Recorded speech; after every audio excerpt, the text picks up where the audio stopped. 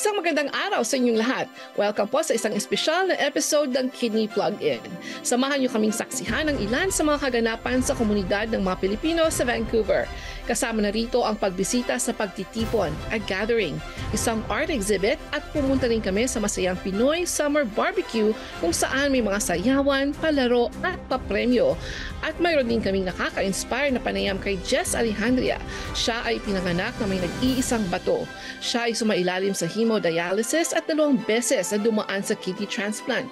Kaya tutok lamang po kayo at pakinggan natin ang kwento ni Jess Alejandria. Susunod na, dito lang sa Kidney Plug-In. Isang magandang araw po sa inyong lahat. Ako po si Corina Tumambing at nandito po tayo sa King George Park sa Richmond para makisaya at makisalo sa Pinoy Canada BC Summer Party. Nandito tayo para makita kung gaano kasaya ang mga Pilipino, lalo na at napakaganda po ng panahon ngayon. It's summer, kaya naman sinusulit ang pagpipiknik sa park. At dahil ito ay salo-salo ng mga Pinoy, maraming mga palaro, papremyo at masasarap pa na pagkain. At balita ko, meron pang pasumba. O, saan ka pa? Tara, samahan niyo ako.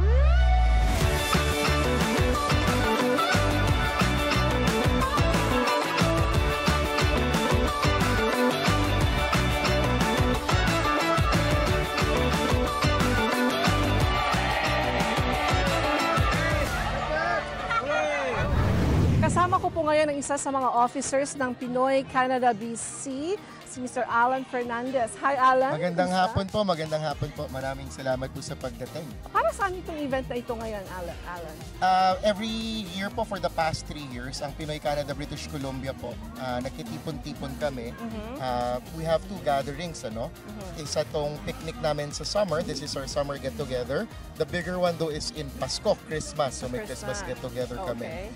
We bring a mixture of everybody here. Ang goal namin is to introduce everybody to everybody else. So meron kaming mga healthcare workers, meron din naman kaming mga realtor, may mga mortgage broker na dumadating, meron din kaming mga people from Rotary Club nag-offer ng mentorship. So we pretty much just connect the various Filipino subgroups, within one diaspora, we have maraming subgroups. So we connect each other to each other. Oh, napakagaling naman ng organization niyo. So, itong event na ito, taon-taon niyo ba ito ginagawa? For the past 3 years po, opo. Hindi namin sinusubukang maging pinakamalaki, pero sinusubukan namin may makukuha silang pag-alis mo, may bago ka nakilala. Parang networking, para mas marami ka nakikilala, mga kapwa mo Pilipino. So sa mga gustong mag-join sa inyong organization, paano sila sumali? Find us on Facebook. We are Pinoy Canada of British Columbia, #Pinoy Canada British Columbia. And again, the entire goal is to just connect yung mga bagong dating, especially mga bagong dating, with people who were in the same boat as they were before, diba? Yun yung ang goal namin, yung struggles na natutunan na natin i-overcome, i-share natin dun sa newcomers. Napakaganda ng advocacy ng inyong organization. Kaya't maraming salamat, Alan, dahil kami ay mainit niyong tinanggap dito sa inyong event ngayon. Thank you so much. Thank you for coming. Thank you. Kasama po natin ngayon dito sa King George Park ang Roslyn and Zumba Friends. Hello, Ms. Roslyn. Hello po. Musta na po kayo? Welcome. Ms. Roslyn, sobrang nag-enjoy lahat ngayon sa pagsusumba. Dahil Zumba po para form of exercise. And paano po yan nakakatulong sa ating kalusugan? Well, not just for our health. It's always also for our minds. And always for our heart and mental health. It's also to get together as a team, as a family, and of course, each other, we share this moment together as a family. And it's always not just music, but yung sayaw, you just go with the flow. That's right. Wow! Thank you so much! Thank you! Maraming salamat! Alright everyone, today we're here with 2 young girls. What's your names? My name is Kish. My name is Jebby. Kit and Jevy, how are you guys? Good, we're good. Who are you with here today? With our family. With your families? So far, are you guys having fun? Yes. And what are you guys looking forward to this event today? Probably playing games. I'm really hungry. The food. Yeah, the Filipino food is all good. Did you guys join the Zumba? Oh, no, I was too late. Okay. Thank you so much for joining us. I hope you enjoy the rest of today. Thank you. Thank you. Wow, sobrang saya ng araw na ito. Talaga namang nag-enjoy lahat ng mga dumalo. Maraming salamat din sa Pinoy Canada BC Summer Party Organizers sa mainit nilang pagtanggap sa amin. Magkita-kita po tayo ulit sa susunod na taon. Hi, ako po si Corina Tumambing para sa Alam Mo Ba? Alam mo ba, ang isang organ donor ay maaaring magligtas ng hanggang 8 buhay? Mas malaki ang posibilidad na mangailangan ka ng transplant kaysa maging isang organ donor? Ang donasyon ay isasaalang-alang lamang pagkatapos gawin ang lahat ng pagsisikap na mailigtas ang iyong buhay at tiyak na hindi ka na mabubuhay. 2 doktor na hindi kasali sa transplant ang kailangang magdeklara ng iyong kamatayan bago magpatuloy ang organ donation. Ang sino mang taga-British Columbia na 19 years old pataas ay maaaring magpa-register ng kanilang desisyon na maging isang organ donor. At ang mga magulang ay maaari ring magparehistro ng kanilang mga anak.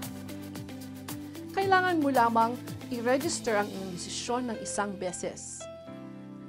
Ang decal sa iyong care card o driver's license ay hindi na sapat. Magpa-register o i-verify ang iyong desisyon sa transplant.bc.ca or kidney.ca. Magandang araw po sa inyong lahat at ako po si Corina Tumambing. Kasama natin ngayon dito sa Plug-In si Mr. Jess Alejandria. Siya po ay sumailalim na sa 2 kidney transplants. Magandang hapon, Jess, at maraming salamat. Sinamahan niyo kami ngayon dito sa Plug-In. Magandang hapon din, Corina, at salamat sa imbitasyon sa pagdalo dito sa inyong programa. Yes, thank you rin po sa inyo. Jess, balita namin, pinanganak kayong iisa lamang ang inyong kidneys. Tama po ba? Tama, tama yun. Naging problema po ba ito mula nung kayo ay pinanganak or may edad na kayo nung kayo ay ma-diagnose ng may kidney disease? Well, may edad na. Pero nung bata ako, ang naalala ko ay bali ang nung pinanganak ako sa simula, parang kalahati ng katawan ko hindi fully formed ang organs. So yung lungs, ang kanang lungs hindi fully formed. Mm-hmm. Ang kidney sa side na yon, sa kanan, walang kidney, isa lang ang kidney. Mm-hmm. So kailan po kayo na-diagnose na meron po kayong kidney disease? Bali, 1990 na. Nagkaroon ako ng gout attack. Dito na yon sa Canada. And nagpatingin ako sa doktor. Sabi ng family doctor ko, kidney-related yung gout attack mo. Kaya nirefer niya ako sa nephrologist. And siya ang nagsabi na working kidney ko is 25% na lang. Kaya marinig ko yun. Talagang wow. Wala po kayong naman na mga simptomas na iba pa bukod po sa gout bago po kayo ma-diagnose na gano'n na lang ang function ng inyong kidneys? Kung tutuusin sa Pilipinas pa, nagka-gout na ako. Ang naalala ko noon nagka-gout ako, mahilig ako mag-basketball. Akala ko na-sprain lang ako sa basketball. Okay. Pero meron na yung mga napapagod sa pagkain, hindi masyadong ganado yun. Wala po kayong kaalaman noon na may connection yon sa kidney disease. Yeah. Nung kayo po ay may diagnose na nandito na po kayo sa Canada, meron po ba kayong mga binago sa inyong lifestyle, yung mga pagkain, yung activities niyo po, nagbago po ba lahat yon? Yung sa pagkain meron. Kasi sabi na less salt, yung iwasan ng red meat, yung mga less protein. Nag-dialysis po ba kaagad kayo or hindi muna? Naggamot muna kayo? Hindi muna nung parang July yata ng 1994 yung diagnosis ko. Tapos ang maalala kong sabi ng doktor, ilalagay ka na namin kaagad sa waiting list. Pero hindi ka pa magda-dialysis. Bali, nagsimula akong mag-dialysis ng September yata. At kung tutuusin, yung transplant ko is 1 month after nung nag-start ako ng dialysis. So, nung nag-dialysis po ba kayo, araw-araw po ba yun? O ilang beses po kayo mag-dialysis? 3 beses sa isang linggo. 3 beses sa isang linggo, sa bahay niyo po ginagawa or pupunta po kayo sa So, ospital? sa Royal Columbian Hospital. Bali, 4 na oras yata o 3. Gano'n, 3 to 4 hours ang isang session. Wow, matagal din po palang isang session. Matagal na nakahilata dun sa clinic. Ano po naramdaman niyo nung sinabi po ng doktor na kailangan niyo na ng transplant? Na ano ako, nung sinabi pa lang na 25% na parang may wow, shocking na gano'n na pala kalala yung kondisyon ko na yung merong maliliit na sintomas, yung madaling mapagod, tapos yun nga yung gout, yung pangangati ng katawan. So napag-usapan po natin yung mga pinagdaanan nyo nung kayo ay naghahanda para sa kidney transplant. Pwede nyo po ba kaming samahan para pag-usapan naman natin yung mga napagdaanan nyo pagkatapos ng transplant? Oo naman, hindi pa tapos ang aking kwento. Ayan, babalikan po natin ang kwento ni Mr. Jess Alejandria sa ating pong pagbabalik. Alam mo ba na 80% sa kakayahan ng ating kidneys ang nawawala bago pa man tayo makaramdam ng anumang simptomas? Alam mo ba kung ikaw ay nasa mataas na panganib para magkaroon ng sakit sa kidney? Hi, ako po si Corina Tumambing. Nandito ako para ipaalam sa inyo ang mga dahilan na maaari kayong magkaroon ng sakit sa kidneys. Nasa panganib ka kung ikaw ay may type 1 or type 2 diabetes. Kung mataas ang presyon ng iyong dugo. Kung ikaw ay may sakit sa puso. Kung mayroong miyembro ng ating pamilya na mayroong sakit sa bato. O kung ikaw ay Asyano, Timog Asyano, Aprikano o Indigeno. Mas karaniwan ang sakit sa kidneys kaysa sa inakala mo. Sa katunayan, 1 sa 10 Canadians ay may sakit sa kidneys. Para sa karagdagang impormasyon, bisitahin ang transplant.bc.ca o kidney.ca. At ngayon, alam mo na. At tayo po ay nagbabalik dito sa Plug-In. Kasama pa rin po natin si Mr. Jess Alejandria para kanyang ikwento naman ang kanyang mga napagdaanan nung siya ay sumailalim na sa kidney transplant.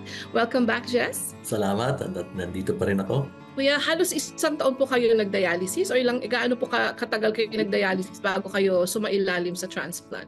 Ang nangyari kasi, donor ko is kapatid ko. So nung sinabing ilalagay na ako sa waiting list ng transplant, nagpa-test lahat ng kapatid ko. And isa sa mga kapatid ko ang nag-match sa akin. Nasa Pilipinas siya. Nasa Pilipinas siya, no? So pumunta po siya ng Canada para sumailalim sa kidney transplant kasama niyo. Yeah. Tawag po namin sa mga katulad niya ay kidney, mga hero po sila, kidney hero. Kasi sila ay willing na i-donate ang kanilang kidneys. Ano po naramdaman niyo nung nalaman niyo na siya yung match? Okay po ba sa inyo na siya mismo talaga ang magbigay ng kanyang kidneys para po sa inyo? Yeah, ano naman ang pakiramdam ko noon na positive naman na parang naginhawaan ako na merong match at available na magbigay ng kidney sa akin. Kaya mabilis yung scheduling ng transplant. Sinabi nila na by October 94, gagawin na natin yung transplant kasi nandito na yung donor. Oh, so hindi kayo nag-antay ng matagal bago ma-transplant. So, ang bilis ng proseso. Kasi mula pa siya sa Philippines, pumunta dito. In-schedule nila na October. Tapos yun nga, September, nagsimula ako ng dialysis. Ang ginawa nila, naglagay sila ng temporary line dito sa shoulder. Dito. Kasi nga, temporary lang dahil a month after mag-transplant na. Ano po yung natatandaan nyo nung araw po na kayo ay naoperahan? Kwento nyo po sa amin. Excited, syempre. Kinabahan din kayo? May kasamang kaba at excitement na kasi alam mo na, yung nabasa mo yung mga ganito, itong mga pwedeng mangyari. Ako naman, positive ako mag-isip. Inaasahan ko na magiging magandang resulta ng transplant. Tsaka nga, magagaling yung mga doktor. Ano po yung naging usapan nyo ng kapatid nyo after po ng operasyon? Ang nangyari, yung kidney niya na nailagay na sa akin, parang yung vein na magsusupply ng dugo para mabuhay yung kidney niya, parang may blockade. Kaya hindi dumadating ang dugo doon sa kidney na parang mechanical problem ang pagkabanggit nila. Kaya nung siguro oras pagkatapos ng transplant, monitor nila kung gumagana, parang kikita nila na gano'n, hindi ako kulang yung urine ko, gano'n. Kaya nagdududa sila, kaya testing sila ng testing. Hanggang sa yun ang naging final na napansin nila na hindi tumatanggap ng dugo yung bagong kidney. So mailalim ulit kayo sa isa pang operasyon? Para tanggalin. The same day, yan. Kaya hindi kaagad kami nagkita ng kapatid ko kasi nga yung may issues na nangyayari na busy yung mga doktor na ano ba ito, ganun. Talagang hindi na po gumagana sa katawan. Namatay na yung kidney. Kaya hindi pwedeng iwan. Kaya tinanggal nila. Gaano katagal para makakuha kayo ulit ng ipapalit na kidneys? 3 taon. Taon? Bumalik ulit ako sa waiting list. Tapos balik ulit sa dialysis. Yung kapatid niyo po, okay na rin pa rin yung kidneys na kahit na natanggal na yung isa? Yung naiwan na kidney, okay naman. Hanggang sa ngayon, okay naman. Wala naman siyang problema na related sa kidney. Yung pong naipalit na kidney sa inyo after 3 years, sa cadaver po ba ito o sa namatay na or sa living donor din po ba? Namatay na. So 3 dekada na, Kuya Jess, ang nakakaraan mula nung kayo ay sumailalim sa transplant at mukhang you're very healthy. Kumusta naman po ang ngayon, ang inyong pamumuhay ngayon? Pagkatapos ng pangalawang transplant, yun nga yung 1997, syempre nalaman kong successful, walang problema yung transplant, masayang na pakiramdam ko. Tapos nung lumabas ako ng ospital, parang iba yung mood ko. Pwede ko nang gawin lahat, parang gano'n. Meron po ba kayo mga maibibigay na advice para sa mga bagong diagnose lang o halos ngayon palang hinaharap yung hamon ng kidney disease? Para sa akin magkaroon lang ng positive na attitude. Sa akin kasi hindi nakakatulong pag mag-worry. May sakit ka na nga, mag-worry ka pa. Parang lalala lang ang sitwasyon. Kaya ako naging trusting ako sa mga health professionals. So ano naman po ang masasabi niyo sa mga, kasi kayo ay living proof po na talagang malaking tulong ang naibibigay ng kidney transplant. So sa mga nag-iisip na maging donor, ano po ang mga advice niyo po sa kanila? Huwag na silang magdalawang isip. Kasi hindi lang isang tao ang masasagip nila. Maraming organs sa katawan natin na pwedeng makapagbigay tayo ng bagong buhay sa mga nangangailangan. Yeah.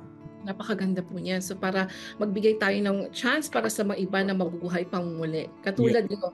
Totoo yun. Maraming salamat, Kuya Jess. At kami ay inyong pinuunlakan at ikinento nyo ang inyong mga pinagdaanan sa inyong kidney transplant. At tayo talaga naman na kayo ang living proof talaga na pag ang tao ay nag-donate, marami pa tayong matutulungan na magkaroon ng mas mahabang buhay. So maraming salamat po sa inyo. Salamat din sa pag-imbita ninyo sa akin at may kwento ko ang aking kasaysayan. Isang magandang araw po sa inyong lahat. Nandito tayo ngayon sa Roundhouse Community Arts and Recreation Center dito sa downtown Vancouver para saksihan ang isang napaka-espesyal na art exhibition. Pagtitipon, a gathering. Ito ay isang pambihirang pagtatanghal ng sining na nagtatampok ng mga obra ng 14 na kahanga-hangang Pilipino at Filipino-Canadian artists. Ang kanilang mga likha ay sumasalamin sa yaman ng kultura at malalim na ugnayan ng Pilipinas at Canada. Lalo na ngayon at ipinagdiriwang ang ika-75 anibersaryo ng diplomatic relations ng dalawang bansa. Halina't samahan niyo ako at tuklasin natin ang galing at talento ng ating mga kababayan sa Pagtitipon, a gathering.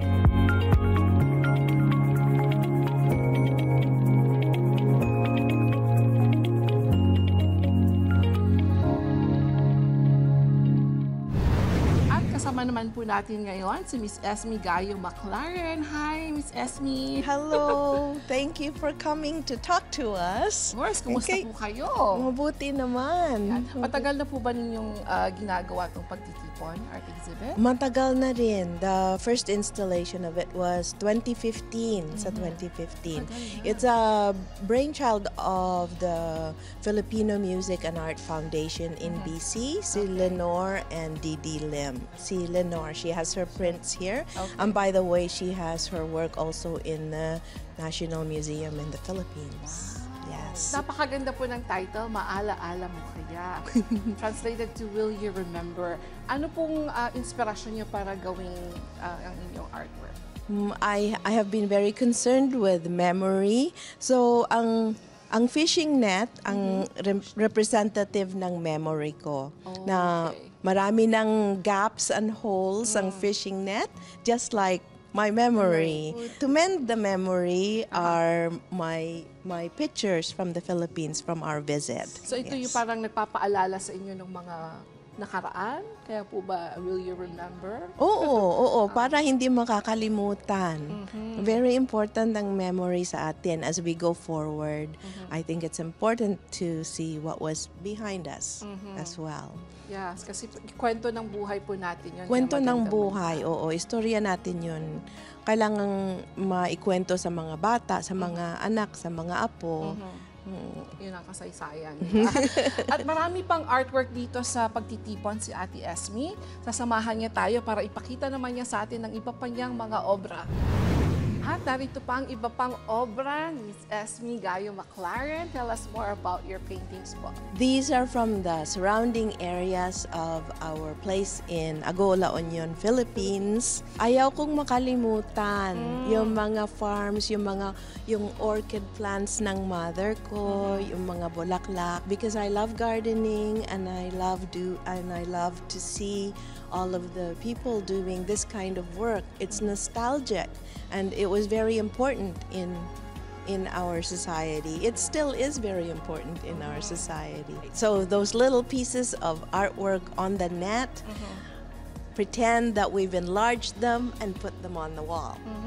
So that's what we have here now. Just some of the things to remember back home.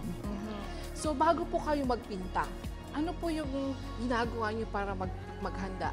Meron po ba kayong mga ginagawa, like nagre-relax, nag-yoga ba kayo, nagme-meditate muna ba kayo bago kayo mag-paint? Or talagang pag-gising niyo sa umaga, okay, magpe-paint ako ngayon? I turn on the music. Okay, so it's music Yeah, that will inspire. yes. I get into the zone much quicker when I have the music going. And it's different styles of music. It isn't just one thing. I go from operatic to musicals to rock and roll. It depends on the mood. Depends on the mood or what I'm trying to paint, or if I need more energy. Ganun, Nice. Napakaganda po ng inyong mga painting. Ate Esme, thank you so much. Maraming At salamat. binigyan niyo kami ng pagkakataon na kayo ay aming makasama dito sa Kini Plug-in at makilala kayo at makita kung gaano katalento ang mga Pilipino. Thank you very much. Thank you for your time. Kasama po natin ngayon ang isa sa mga featured artists dito sa art exhibit, ang pagtitipon, Mr. Danvic Briones. Hi, Danvic. Hello. Kumusta? Mabuti naman. So, Danvic, tell us, ito ba ang unang pagkakataon na sumali ka dito sa art exhibit na ito? Actually, hindi. This is the 5th time na sumali. In fact, yung pinaka-first edition ng Pagtitipon, we are the core group. Every 2 years, ginagawa namin ang pagtitipon. So what we do is we invite new artists. We invite also artists, mga Filipino artists, not only in here in Vancouver, but from the Philippines, from New York. So the idea is really to gather Filipino artists. It doesn't matter kung anong estilo ng painting mo, kung gaano ka katanda o gaano ka kabata. Ang importante is we want to represent the Filipino talent, especially here in Vancouver. Oh, napakaganda nun. Alright, so pag-usapan natin ang iyong obra. Ano naging inspirasyon mo dito sa mga paintings mo dito sa studio? Well, actually, itong mga works, if you look at them, they are sea creatures. Yes. This was inspired by a children's book that I wrote. Wow. Aside from being an artist, my day job is a youth settlement worker. Okay. Since 2013. So, tinutulungan ko yung mga newcomer youth. At first, mga Filipino newcomer youth noon sa Collingwood. Yeah. To help them adjust, living in Canada. And for the 10 years that I've been working with them, I found that a lot of them are having a problem, especially pagdating dito sa Canada with their some sort of an identity crisis. Pag-adjust nila sa buhay tapos, sa Canada. ano ba ako, minsan yung maging Canadian ba ako, maging Filipino ba ako, at hindi lang kasi Filipinos ang hinhandle ko, iba-ibang lahi. From there, nakaisip ako ng isang children's book that deals with that, na parang it doesn't matter who you are, where you come from, what matters is you believe in yourself, and a lot of people support you with that. Napakaganda So, ginamit ko mga sea creatures for that. Sea creatures. Anong title ng libro mo ulit? Jessie the Dragosaur. Jessie the Dragon. Yes.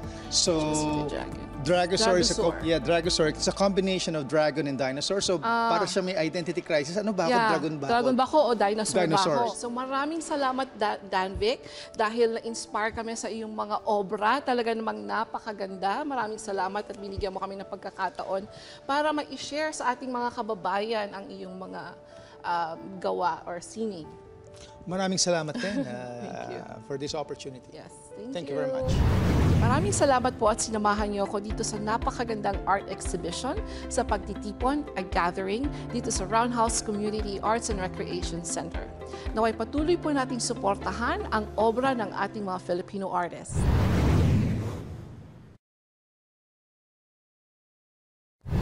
Balita namin, sorry, let's take two. Let's do take two, kuya. I have to say hi to her first. I asked her right away. Presyon sa dugo. That's good. That's all. So one more. Ano yung naging inspiration? Nawala ako sa camera. Oh, your microphone. Let me just read that line.